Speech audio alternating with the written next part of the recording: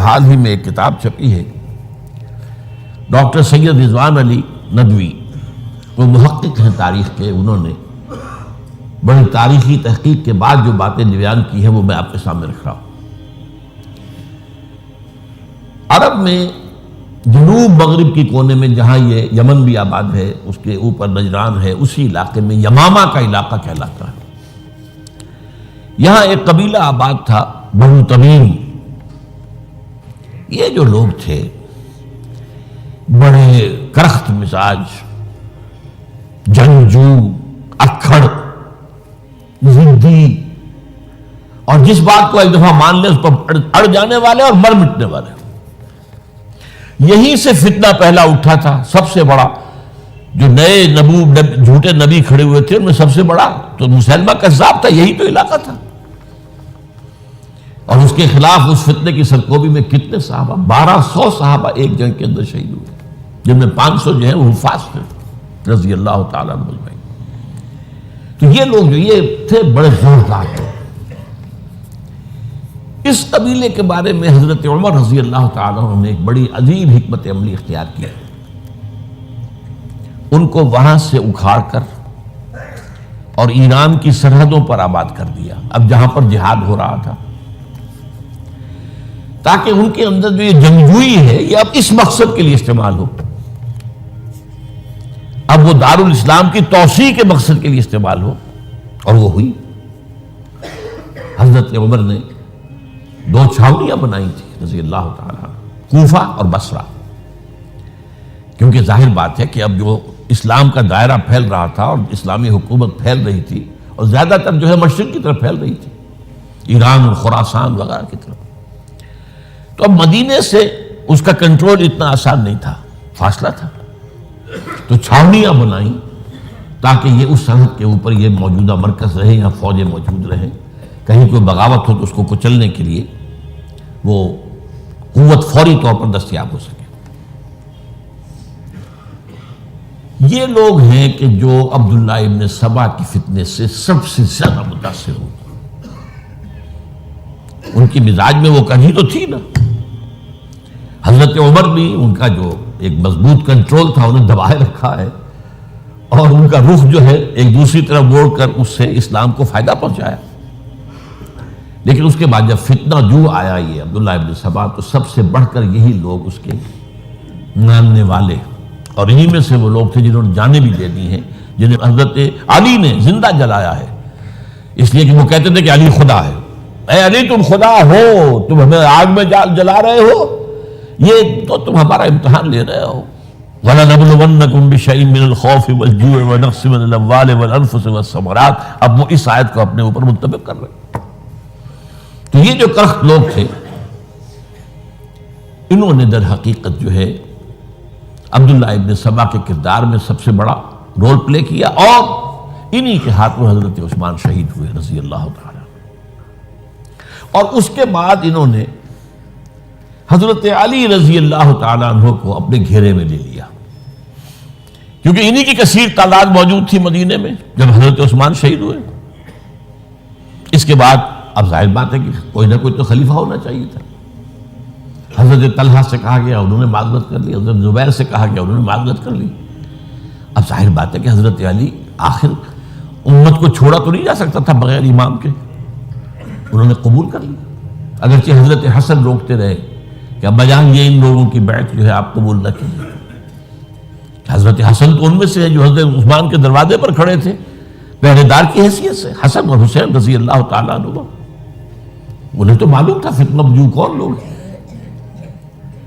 اس کے بعد حضرت علی رضی اللہ تعالیٰ عنہ نے اسی حکمت سے، جس حکمت کے تحت حضرت عمر نے یہ چھاونیاں آباد کی تھی، دارالخلافہ بھی مدینے سے کوفہ منتقل کر دیا تاکہ پورے عالم اسلام کو کنٹرول کیا جا سکے اس مرکز کے ساتھ۔ اس کا نتیجہ یہ نکلا کہ اب گویا کہ حضرت علی کے گرد ان لوگوں کا گھیراؤ مکمل، کوفے میں یہی تو آباد تھے، کوفی یہی تو تھے، حضرت عمر نے انہیں لا کے یہاں آباد کیا تھا۔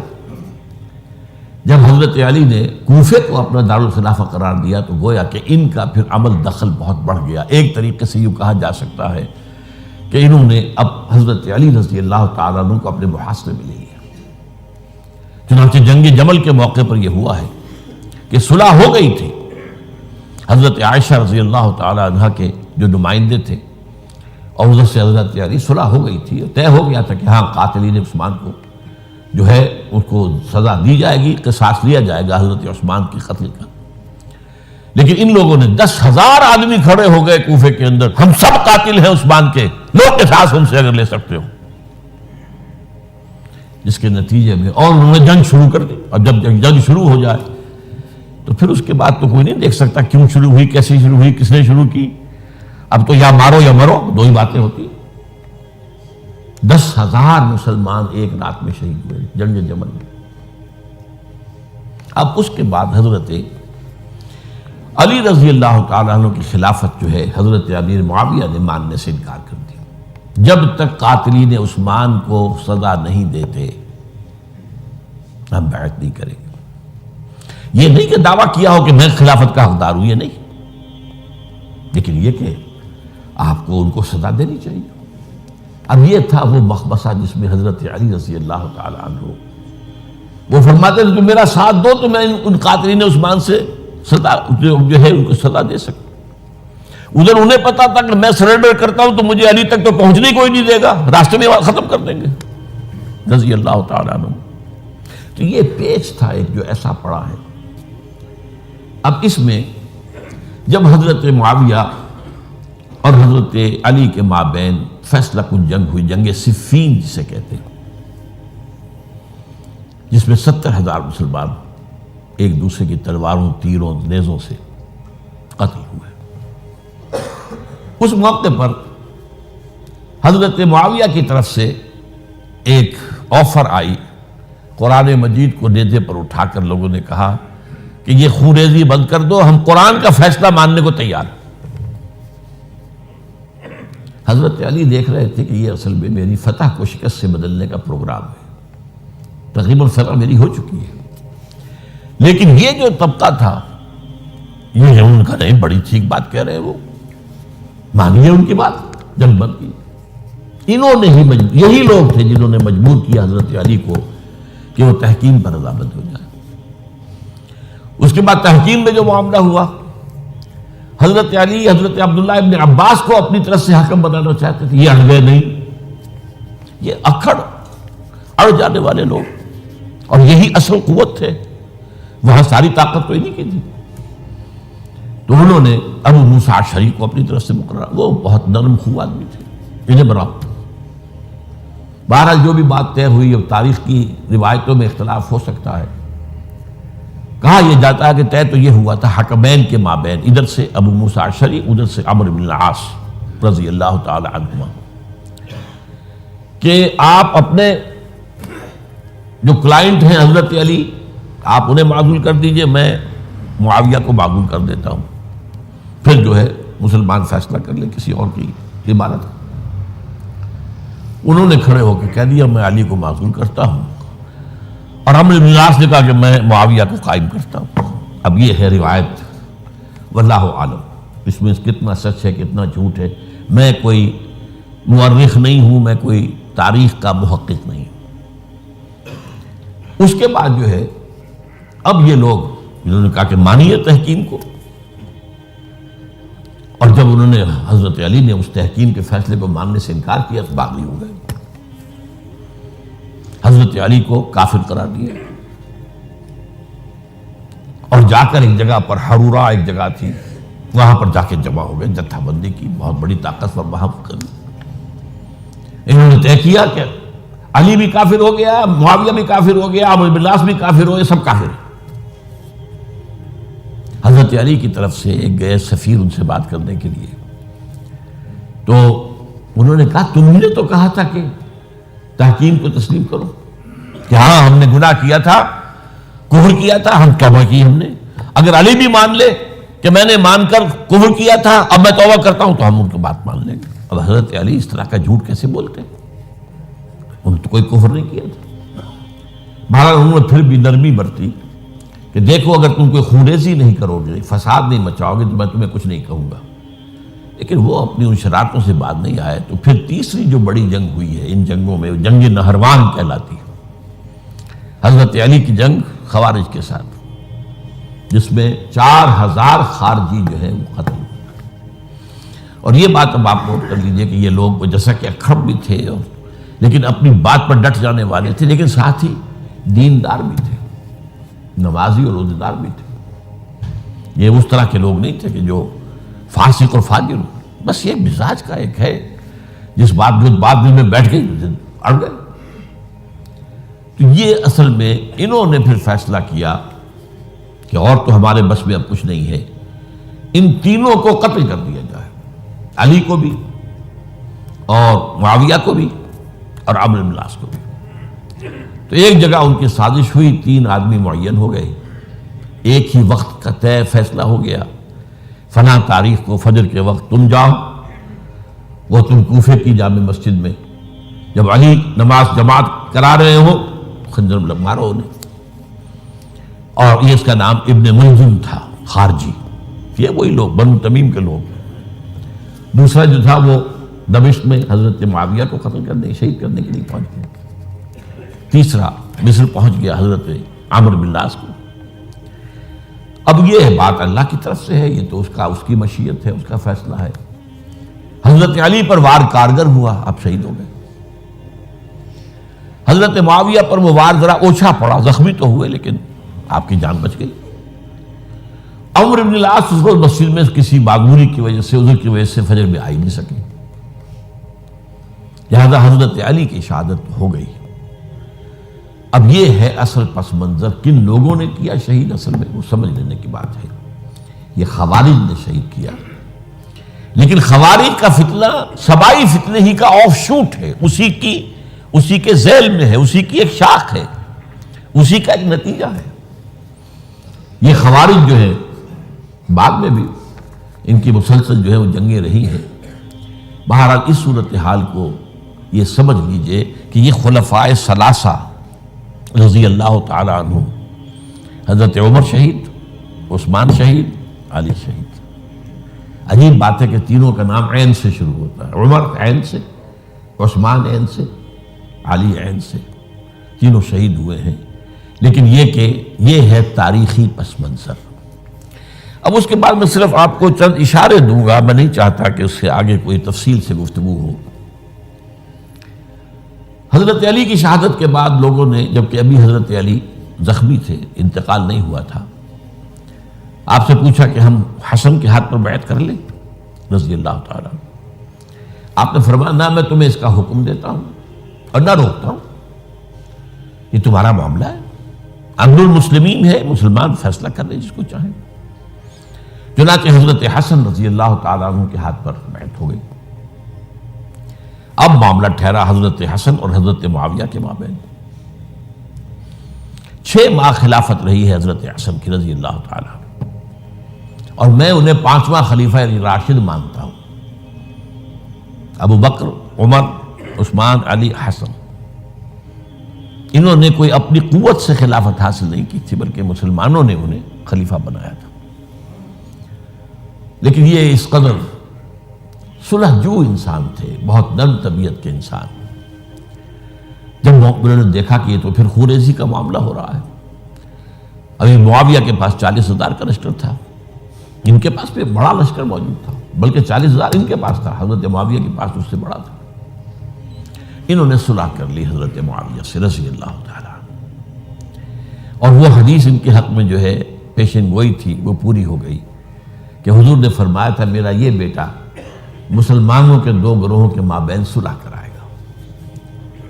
یہ سن 41 ہجری کا واقعہ ہے، جب صلح ہو گئی اور حضرت حسن دستبردار ہو گئے اور امیر معاویہ کو اب خلیفہ تسلیم کر لیا گیا۔ اس کو عام الجماعہ کہتے ہیں، یعنی وہ انتشار اور تفرقہ جو صبائی فتنے سے شروع ہوا تھا، اگرچہ اس کا نقطہ آغاز تو بالفعل بنا شہادت عثمان، پھر وہ جنگ جمل اور جنگ صفین اور جنگ نہروان، اور اس کا ایک نتیجہ جو نکلا وہ کیا تھا کہ اسلامی حکومت کی حدود کی جو توسیع ہو رہی تھی وہ عمل رک گیا۔ وہ تو خلفائے ثلاثہ، اب یہ ثلاثہ میں گن رہا ہوں، حضرت ابو بکر، حضرت عمر، حضرت عثمان، ان کے دور میں ساری توسیع ہوئی، فتوحات ہوئی۔ حضرت علی کا دور جو ہے سارا خانہ جنگی کی نظر ہو گیا. وہ خلیفہ راشد ہیں، اس میں کوئی شک نہیں ہے، بہت عظیم شخصیت ہے، ہمارے نزدیک صحابہ کرام میں سوائے 3 کے سب سے بڑھ کر ہیں، سب سے افضل ہیں. ہاں، ابو بکر، عمر، عثمان ان سے افضل ہے ہمارے نزدیک. خلافت جو ہے خلفاء کے مابین ترتیب فضیلت جو ہے وہ ترتیب خلافت کے مطابق اہل سنت کے نزدیک، لیکن باقی ہزاروں صحابہ میں تو سب سے اونچے ہیں. اس حوالے سے حضرت علی کا کوئی قصور نہیں ہے رضی اللہ تعالی، ان کی کوئی کوتاہی نہیں ہے. انہیں خلافت ملی ہی ایسے پرفتن دور میں ہے. اگر کہنا جو ہے اگرچہ روکا گیا ہے کہ یہ کلمہ لو مت استعمال کیا کرو، اگر یوں ہوتا تو یوں ہو جاتا، لیکن یہ کہ بہرحال ہمارا سوچنے کا ایک انداز ہے. اگر حضرت علی کو اول دور میں خلافت ملی ہوتی تو ان کے کچھ اور نتائج اور ہوتے. اب یہ پرفتن دور کے اندر خلافت ملی، خانہ جنگی ہو رہی ہے، اور جو حالات میں نے آپ کو بتائے ہیں، ظاہر بات ہے کہ وہ دور جو نہ ذرائع آمد و رفت ایسے تھے، نہ ذرائع مواصلات ایسے تھے، نہ کمیونیکیشنز ایسی تھیں. وہ تو یوں سمجھیے کہ دارالخلافہ کے اندر کے حالات جو ہیں بس وہیں پر فیصلہ ہو رہا تھا. یا پہلے مدینے میں ہوا، حضرت عثمان شہید ہوئے، اور یا پھر کوفے میں ہو گیا. وہ تو اصل جو بھی طاقت اس مرکز کے اندر جس کے پاس طاقت تھی، اسی نے جو بھی اپنا فیصلہ ہے وہ منگا لیا. بہرحال یہ جو حضرت حسن نے مصالحت کی ہے، جس کی بنا پر ہم تو انہیں سلام کرتے ہیں، ان کا احترام کرتے ہیں، انہوں نے خانہ جنگی ختم کی، فساد جو ہے اس کی جڑ کاٹ دی، تعامل جماعت ہو گیا، اب امن ہو گیا. اور نوٹ کیجئے اس کے بعد 20 برس تک امیر معاویہ کی حکومت رہی ہے. 20 برس اور کامل امن رہا ہے. اس میں یہ بھی ہے کہ ان کے تدبر کو بھی دخل حاصل تھا. یہ بھی ہے کہ انہوں نے کچھ طاقت کا استعمال بھی کیا. یہ بھی ہے کہ انہوں نے دلجوئیاں بھی کی لوگوں کو، جس کو ہم کہتے ہیں مؤلفۃ القلوب، جو زکوٰۃ کے مسائل میں شامل ہے. کچھ لوگوں کی کچھ کے شر سے اس کو روکنے کے لیے ان کو جو ہے کچھ زکوٰۃ میں سے پیسہ دیا جائے وغیرہ وغیرہ، مؤلفۃ القلوب، تالیف قلب کے لیے. بہرحال نتیجہ یہ ہے. تاہم یہ جان لیجئے کہ حضرت معاویہ صحابی رسول ہیں، ہم ان کو تسلیم کرتے ہیں، لیکن ان کی خلافت کو خلافت راشدہ ہم نہیں مانتے، اس لیے کہ وہ انہوں نے اپنی طاقت سے حاصل کی ہے. میں نے اسی لیے کہا حضرت حسن رضی اللہ تعالیٰ عنہ کی خلافت خلافت راشدہ ہے، لیکن حضرت معاویہ کی خلافت خلافت راشدہ، اگرچہ اس میں عمل رہا، اور وہ جو عمل رک گیا تھا، وہ جو مزید توسیع دارالاسلام کی، وہ دوبارہ شروع ہو گیا. خراسان کی طرف پیش قدمی شروع ہو گئی. ادھر پہلا بیڑا بنایا حضرت معاویہ نے رضی اللہ تعالیٰ عنہ، اور یہ بحیرہ روم کے بعد جزائر کو فتح بھی کیا. انہی کے زمانے میں مسلمان فوجیں جو ہیں استنبول تک پہنچ گئی، قسطنطنیہ کی فصیل تک پہنچ گئے. اگرچہ فتح نہیں ہو سکا قسطنطنیہ اس وقت، وہ تو بعد میں کئی 100 سال بعد ترک جو خلیفہ تھا اس کے ہاتھوں فتح ہوا، محمد فاتح. لیکن یہ کہ باہر پہنچ گئے تھے وہاں تک، یہ عمل بھی شروع ہو گیا. لیکن انہی لوگوں نے حضرت حسن کو گالیاں دی اس کام پر کہ تم نے صلح کیوں کی. امیر الکافرین کہا، امیر المنافقین کہا، اور انہیں خطاب یا آر المومنین، اے مومنوں کے لیے آر کی کا اور شرم کے باعث، اور ان کے خیمے پر حملہ کیا، اسے جلایا. ان کی جان کے در پہ تھے کہ تم نے صلح کیوں کی.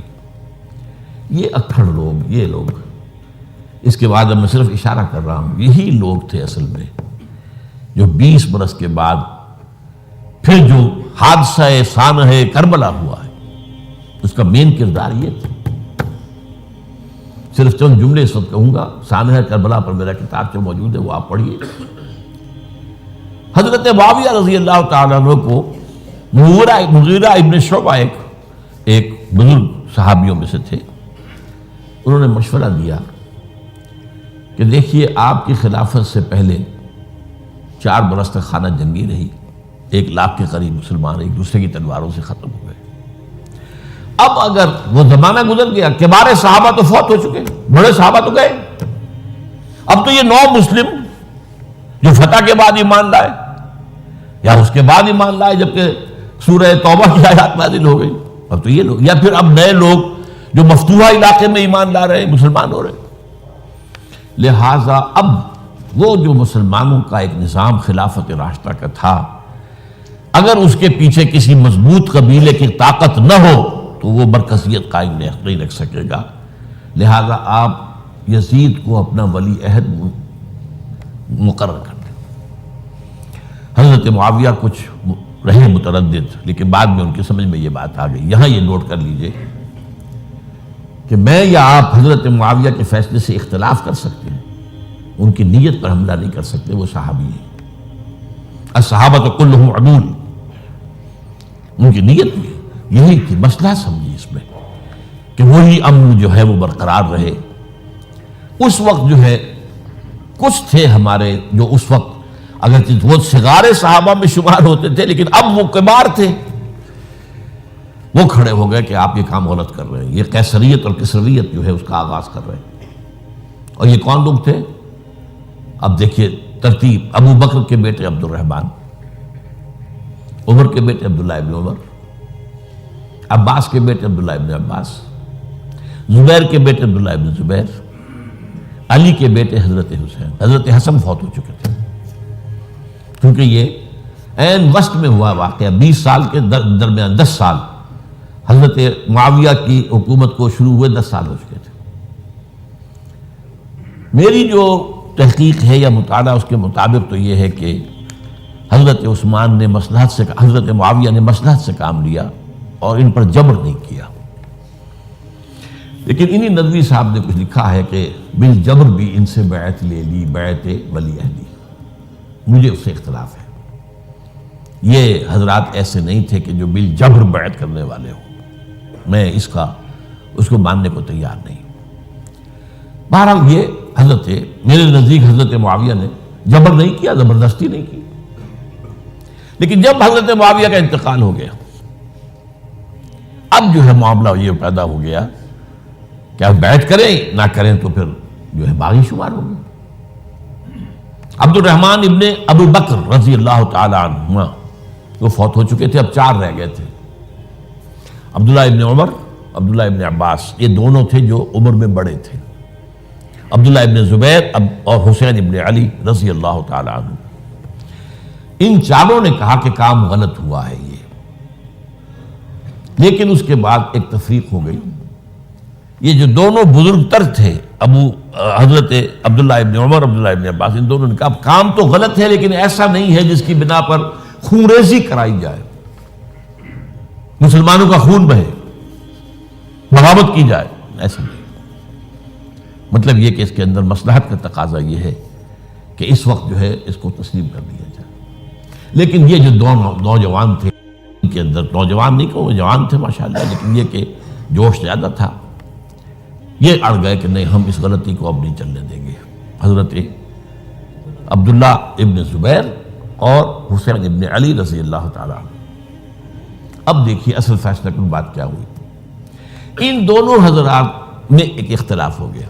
حضرت عبداللہ ابن زبیر کا کہنا یہ تھا کہ یہی مقیم رہی ہے مکے میں، اور یہیں سے جو ریزسٹنس موومنٹ ہے وہ شروع کی جائے بنو امیہ کی حکومت کے خلاف۔ ادھر سے کوفیوں کے خطوط چلے آ رہے تھے حضرت حسین کو رضی اللہ تعالیٰ عنہ، آپ آئیے، ہم آپ سے بیعت کریں گے۔ حضرت حسین نے اپنے بھائی، چچا داد بھائی مسلم بن عقیل کو بھیجا، ان کے ہاتھ پر 10-12 ہزار کوفیوں نے بیعت کر دی حضرت حسین کے لیے، اور ان کے خطوط کے جو ہے وہ تو پورے کے پورے تھیلے تھے حضرت حسین کے پاس۔ اس سے پھر حضرت حسین نے سفر کیا، ادھر یہ ہوا کہ یزید کی طرف سے عبید اللہ ابن زیاد جو ہے گورنر بن کر آیا، اس نے جو تشدد کیا کوفیوں پر، سب نے بیعت توڑ دی، اور حضرت مسلم بن عقیل جو ہے ان کو شہید کر دیا۔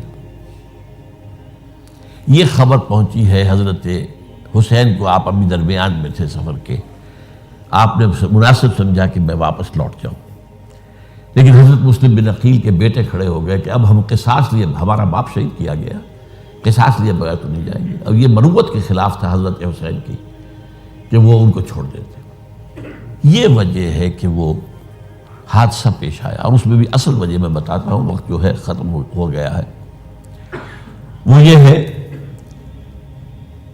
کہ حضرت حسین نے جب وہ لشکر تھا کوفیوں کا، کوفی تو آئے تھے نا، وہی کوفی جنہوں نے بیعت کی تھی، وہی بیعت توڑنے والے تھے، وہی لشکر میں آئے تھے حضرت حسین کے خلاف۔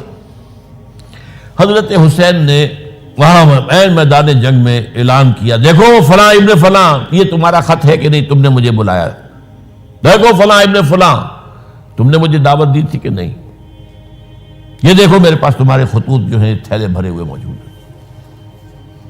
اب انہیں اندیشہ یہ ہوا کہ اگر حضرت حسین کو کسی طرح بھی یزید تک پہنچ جانے دیا گیا تو ہمارا جو ہے بانڈا پھوٹ جائے گا، پھر ہماری خیر نہیں۔ ورنہ حضرت حسین نے کہا تھا، دیکھو یا مجھے واپس جانے دو، یا مجھے سرحدوں کی طرف جانے دو، میں کفار کے ساتھ جہاد کرتے ہوئے اپنی زندگی صرف کر دوں گا، یا مجھے یزید کے پاس جانے دو، میں اس کے ساتھ اپنا معاملہ کر لوں۔ انہوں نے کہا کہ اگر یزید تک ان کی رسائی ہو گئی تو پھر ہماری خیر نہیں۔ تو انہوں نے نہ صرف یہ کہ شہید کیا، وہی کوفی، وہی بنو تمیم کے لوگ، وہی اکھڑ، انہوں نے نہ صرف یہ کہ شہید کیا بلکہ پھر خیموں کو آگ لگائی۔ کیوں لگائی؟ تاکہ وہ جو ڈاکومنٹری پروف تھا ان کے خلاف وہ ختم ہو جائے، ورنہ آگ لگانے کی کیا ضرورت تھی؟ انہوں نے اور تو کوئی نہیں کیا، یعنی وہ کام تو نہیں کیا کہ جو کسی مفتون کے ساتھ کیا جاتا ہے۔ حضرت حسین کے بیٹے بیمار تھے، حضرت علی بن حسین زین العابدین رحمۃ اللہ علیہ، انہیں شہید تو نہیں کیا۔ جو خواتین تھیں جو ان کی کوئی بے حرمتی نہیں کی، یہ نہیں کہا کہ اب یہ تو جیسے کہ خوارج کہتے تھے جو مسلمان کافر ہو گئے، مسلمان ہیں ان کے نزدیک کافر ہیں، ان کی بیویاں بھی حلال ہیں ہم پر، وہ تو کنیزیں ہیں، پھر حاصلہ یہ تو نہیں کیا۔ خیمے جلائے اس لیے ہے کہ وہ جو ثبوت تھا ان کے خلاف وہ ختم ہو جائے۔ یہ حادثہ فاجعہ بھی در حقیقت اسی سلسلہ سبائیہ، وہ فتنہ جو ہے اسی کا اس کی ایک کڑی ہے۔ یہ ہے وہ ہماری تاریخ کے جو ہمارا صدر اول ہے، اس میں جو یہ شہادتیں ہوئی ہیں ان کا تاریخی پس منظر۔ آج اسی پر اکتفا کر رہا ہوں۔ اقول قولی ھذا واستغفر اللہ لی ولکم ولسائر المسلمین والمسلمات۔